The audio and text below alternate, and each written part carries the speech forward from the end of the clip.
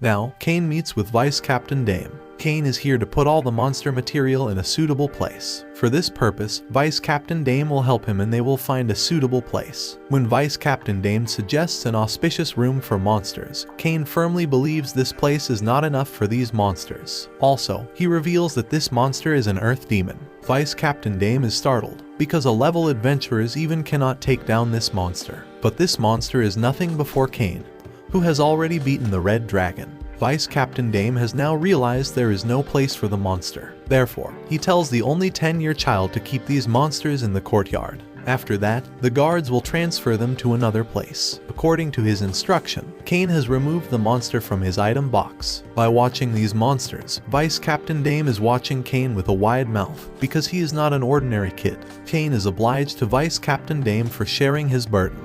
Besides this, Cain is shocked to know he has killed the most powerful monsters. Further, Vice Captain Dame considers him a hero or the apprentice of God.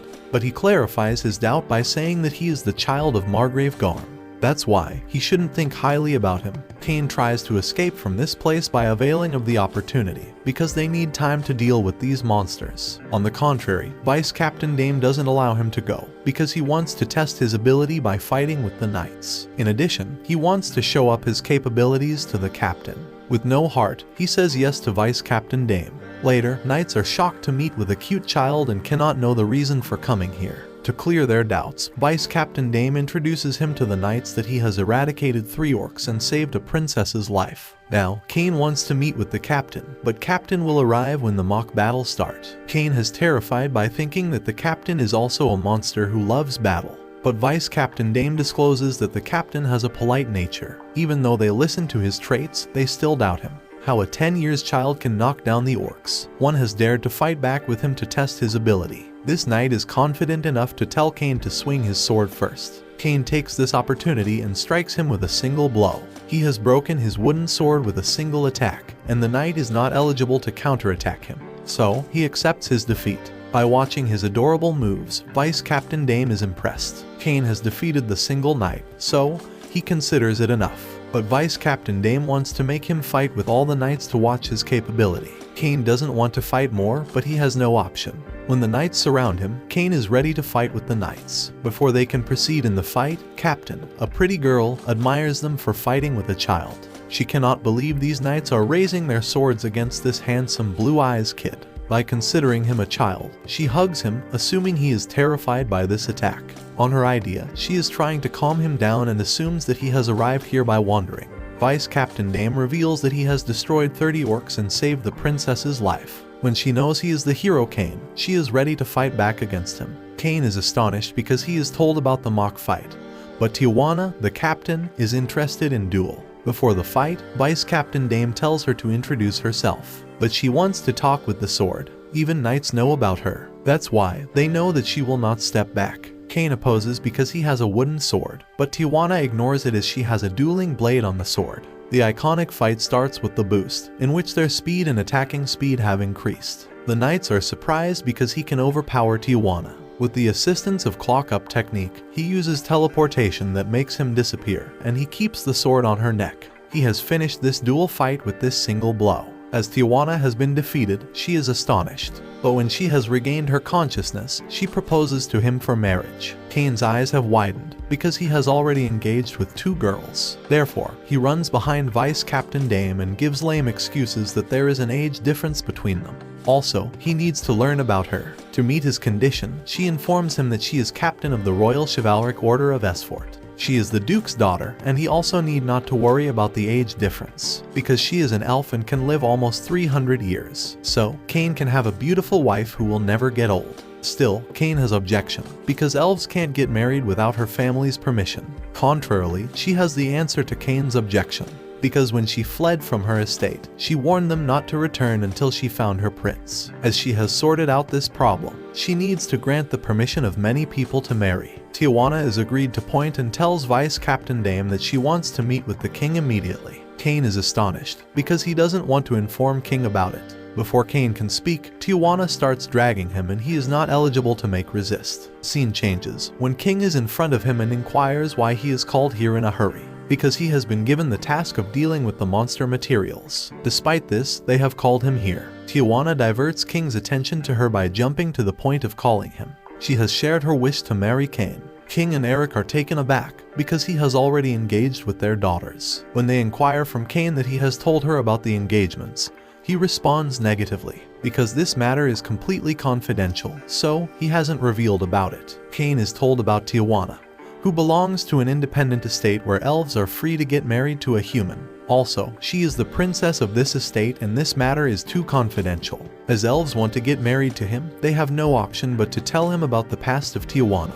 Aside from this, they have revealed the engagement of their daughter. They assume she will step back after knowing Cain is already engaged with Silk and Telestuis. For a second, she is startled because King and Eric have already noticed that Cain is extraordinary. They have reserved him, but she is also not ready to step back from Cain.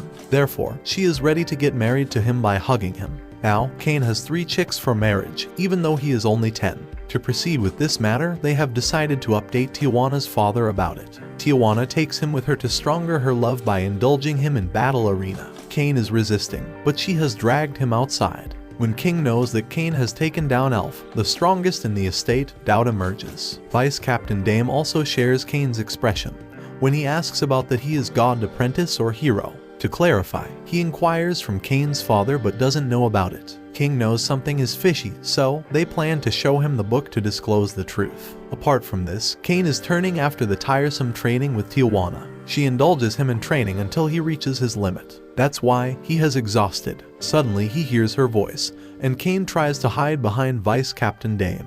Vice Captain Dame drags him to the king, and he cannot identify the reason for making him resent. Cain is overloaded with troubles and doesn't know how to deal with him. Later, he is in front of the king, who offers him an emperor-level magic textbook. By watching it, he gets excited and takes permission from the king to read it. After the king permits him, he reads the book belonging to the first emperor, Ueyatera Hirasawa. Reading the book has realized that much magic is new. As they have perceived that he can read the magic book, King discloses that no one can read it, because its language is unable to understand.